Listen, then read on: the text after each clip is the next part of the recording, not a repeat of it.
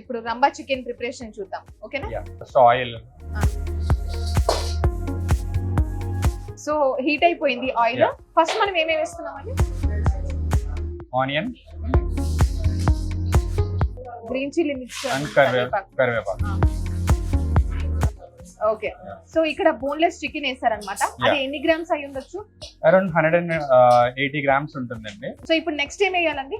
నేనేనా? Chicken gravy. Gravy gravy అది వేసండి. So chicken gravy, ఇది already chicken gravy. Chicken gravy కాదు, అది గ్రేవీ మా బేస్ అది.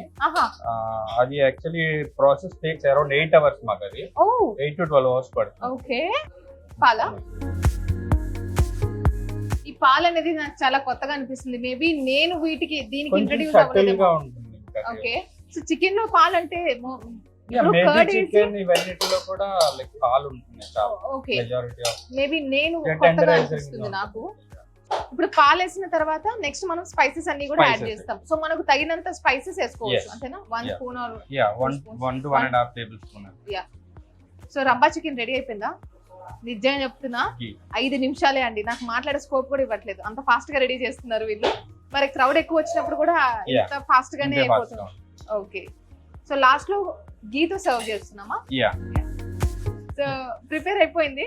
ఇది ఇంకా అవ్వలేదండి. It's half completed. Our signature is to put omelette on it. ఏంటి ఆమ్లెట్? ఇది కొత్తగా ఉందండి. ఇది ఇక్కడ వరకు ప్రిపేర్ చేసింది జస్ట్ హాఫ్. ఇప్పుడు దీని మీద ఆమ్లెట్ వేస్తారా? Okay.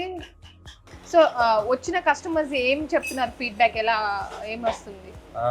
Food is good actually, అందుకే రిపీటెడ్ కస్టమర్స్ ఎక్కువ వస్తున్నారు మాకు.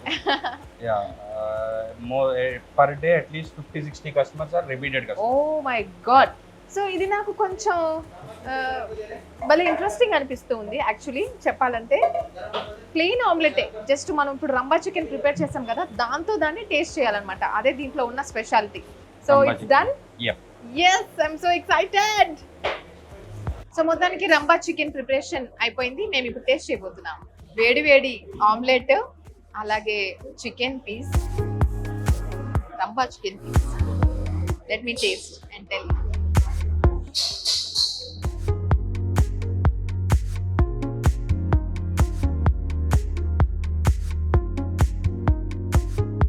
దీన్ని ఎలా వర్ణించాలో తెలియట్లేదండి.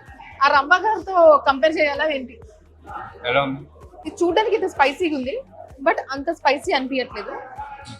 చికెన్ ఫ్లేవర్ కానీ ఆ మసాలా ఫ్లేవర్ చాలా టేస్టీగా భలే మధురంగా ఉంది.